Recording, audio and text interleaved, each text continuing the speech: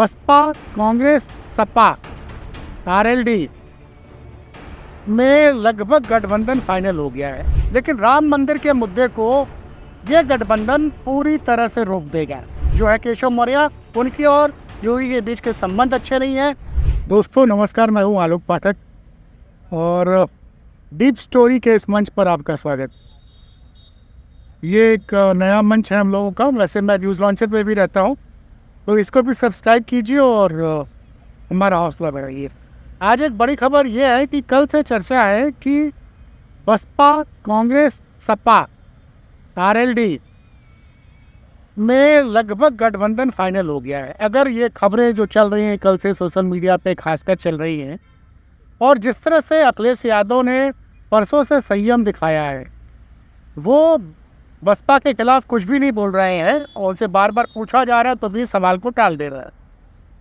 तो अब ऐसा लग रहा है कि इन खबरों को देखने के बाद ये ऐसा लग रहा है कि सपा, बसपा, कांग्रेस, आरएलडी का गठबंधन लगभग यूपी में तय हो गया है।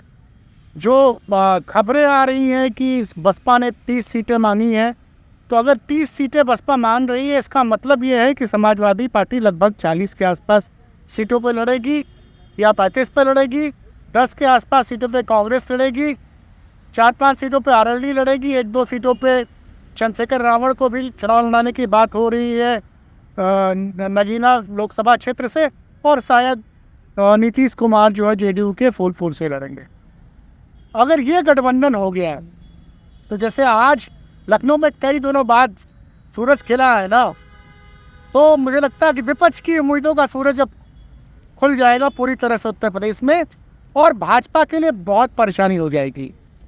ये मेरे इस बात को सुनकर हो सकता है कई लोग सवाल करें कि राम मंदिर है और इतना बड़ा मुद्दा है, लेकिन राम मंदिर के मुद्दे को ये गठबंधन पूरी तरह से रोक देगा। कारण क्या है कि राम मंदिर एक मुद्दा था, सुप्रीम कोर्ट ने जजमेंट दिया, मंदिर अब बन रहा है, तो राम मंदिर अब मुद्दा नहीं रह गया।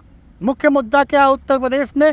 महंगाई है, बेरोजगारी है, और लॉ एंड ऑर्डर पे योगी पार्टू पूरी तरह से फेल हो रहे हैं। योगी पार्टू लॉ एंड ऑर्डर में महिलाओं के प्रति अपराध में बहुत ज़्यादा वृद्धि हो रही है, और ये एनसीआरबी के डाटा भी बता रहे हैं कि उत्तर प्रदेश में महिला अपराध में उत्तर प्रदेश नंबर 1 है। तो और दूसरी जो सबसे बड़ी बात जो भाजपा को महंगी पड़ेगी कि योगी अपने अलावा अपने जो कोर फैक्टर जिस चीज़ पे बार बार अखिलेश यादव स्ट्रेस कर रहे हैं, पीडीए या बहन जी बार बार स्ट्रेस कर रही हैं, कहीं ना कहीं पिछड़े और दलितों को लगता है कि योगी की सरकार में उनकी सुनवाई नहीं है। और यहाँ पे योगी की भी असफलता है, क्योंकि योगी अपने साथ लेके पिछड़े वर्ग के बड़े नेता जो है केशव मौर्य, उनकी और योगी के बीच के संबंध अच्छे नहीं हैं सब ये। और आज की डेट में जनता देख रही है कि महत्वपूर्ण पदों पे कौन बैठा हुआ है, तो उत्तर प्रदेश में आम जनता देख रही है कि महत्वपूर्ण पदों पे वही लोग बैठे हुए हैं, एक खास वर्ग के लोग बैठे हैं जिनका सीधा संबंध मुख्यमंत्री से है। एक तो बेरोजगारी है, लॉ एंड ऑर्डर है, और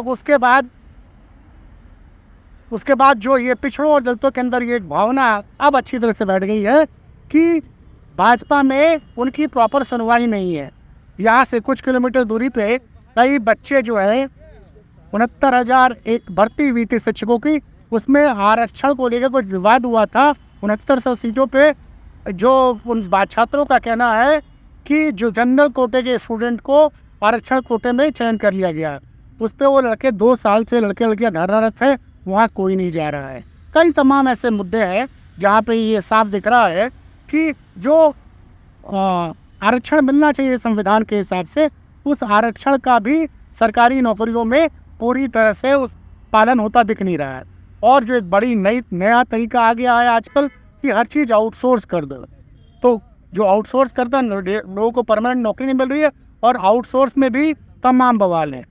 तो ये युवा भी एक नाराज है और लॉ एंड ऑर्डर भी ठीक नहीं है। तो ये गठबंधन अगर अब हो गया, और जो सबसे बड़ी इस गठबंधन की जो सबसे खास बात है कि मैं एक बात जिक्र करूंगा अंत में, कि जो न्याय यात्रा यूपी में आने वाली है वो मार्च के महीने में आएगी, और जब ये गठबंधन पूरी तरह से मूर्त रूप ले लेगा और जिन शहरों से वो न्याय यात्रा गुजरेगी, वो पूरी तरह से एक माहौल बना देगी गठबंधन के पक्ष में। खैर जो पॉलिटिकल मैच्योरिटी पिछले दो तीन दिनों से दिख रही है सपा और बसपा की शीर्ष नेतृत्व में। अगर ये बरकरार रह गई तो मोदी को सबसे ज़्यादा परेशानी उत्तर प्रदेश में आने वाली है। आप सबसे मैं एक गुजारिश करूँगा कि आपको हमारी रिपोर्ट कैसी लगी हमें ज़रूर बताइएगा, और हम लोग का जो ये नया प्रयास है डीप स्टोरी, इसको भी सब्सक्राइब करिए और इसका हौसला बढ़ाइए। बहुत बहुत धन्यवाद।